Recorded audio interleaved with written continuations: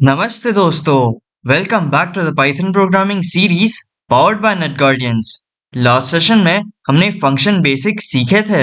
हमने देखा कि फंक्शन एक रीयूजेबल ब्लॉक ऑफ कोड होता है जो एक स्पेसिफिक टास्क परफॉर्म करता है।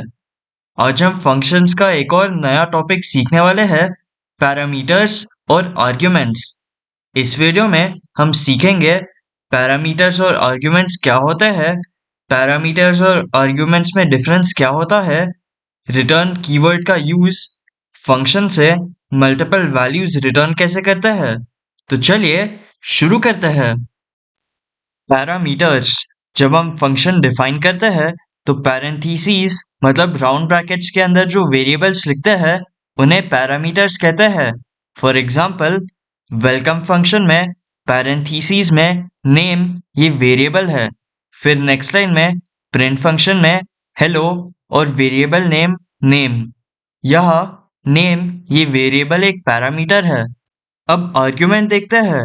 जब हम फंक्शन कॉल करते हैं और एक्चुअल वैल्यू पास करते हैं उसे आर्ग्यूमेंट कहते हैं।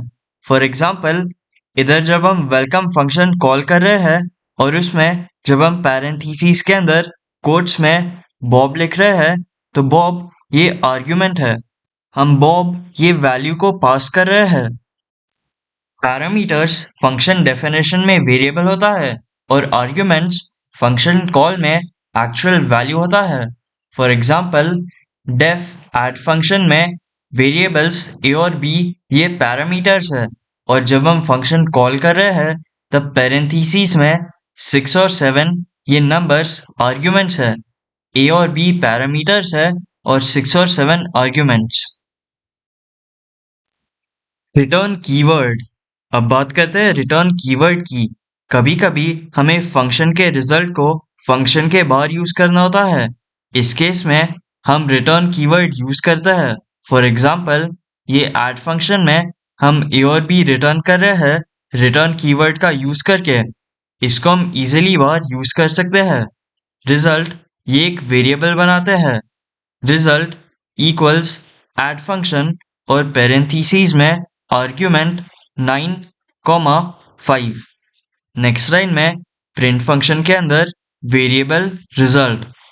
ऐड फंक्शन ये वैल्यू कैलकुलेट करता है और रिटर्न स्टेटमेंट उस वैल्यू को वापस बाहर भेज देता है।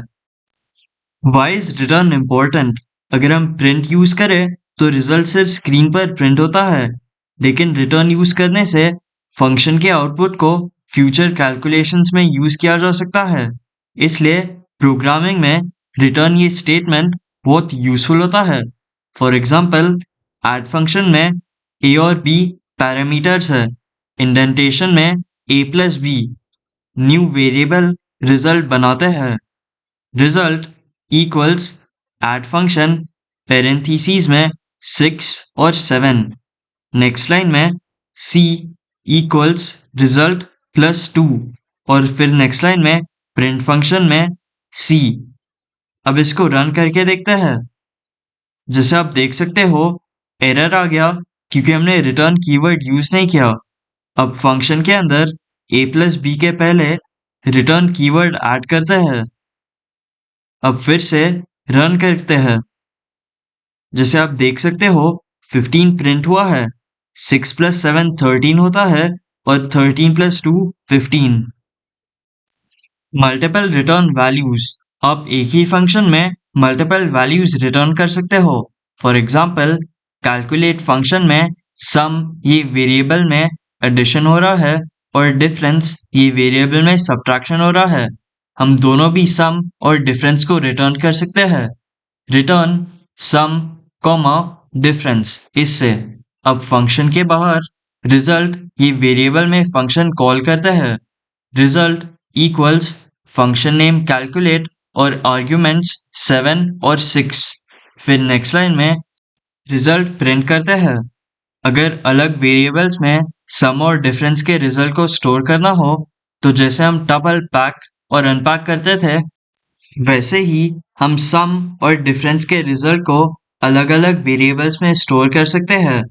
S comma D equals function name calculate और आर्ग्यूमेंट्स 7, 6।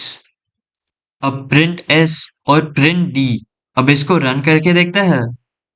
जैसे आप देख सकते हो सम 13 है और डिफरेंस 1 है। तो दोस्तों, आज हमने सीखा पैरामीटर्स और आर्ग्यूमेंट्स क्या होते हैं, उनका डिफरेंस, रिटर्न कीवर्ड क्या होता है और multiple return values. Functions powerful होता है क्योंकि वो डेटा रिसीव भी करता है और रिजल्ट रिटर्न भी करता है। नेक्स्ट सेशन में हम डिफ़ॉल्ट आर्ग्यूमेंट्स और कीवर्ड आर्ग्यूमेंट्स के बारे में सीखेंगे।